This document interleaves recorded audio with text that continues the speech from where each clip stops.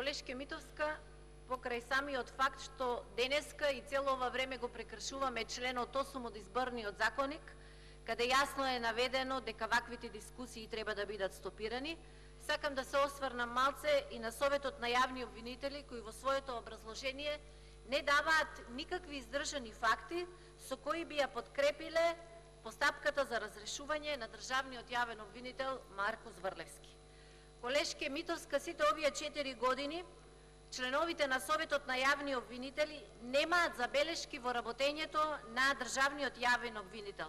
И зошто сега наеднаш истите тие се согласуваат на барањето на владата за разрешување на државниот јавен обвинител?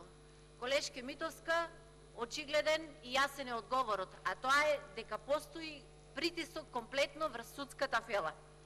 Не само на судиите, туку на обвинителите, барајќи веднаш Зврлевски да си поднесе оставка или ќе биде разрешен. Колешки, сведоци сме и на комплетното разрешување на судиите по терк на СДСМ на 600 именувани подобни судии. Токму тоа е проблемот, колешке. Зврлевски е само неподобен политички непријател на Зоран Заев. На овој начин Зоран Заев сака да ги дисциплинира сите и суди и јавни обвинителки во принципот внимавајте, истото ќе ви се случи и вам. Колешке Митовска, каде отидоа ветувањата за плати, за пензии, а инвестициите се веќе мисловна именка, не постојат во нивниот вокабулар. Каде е бројчаникот што Тевдовски толку многу го најавуваше за задолжувањето на државата? Го нема, колешки. А го нема, оти мора да ја прикаже вистинската слика за задолжувањата на Република Македонија. Зашто бевме сведоци само за вчерашното задолжување за нови 43 милиони 932 845 евра.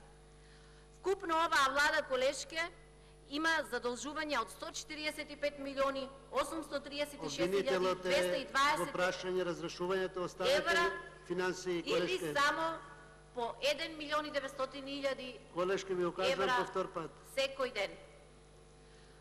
Колешке Митовска, владата на Социјалдемократскиот сојуз крие колку се намалени приходите во буџетот со сопирање на сите инфраструктурни проекти и погрешната политика и пристапот кон странските инвестиции.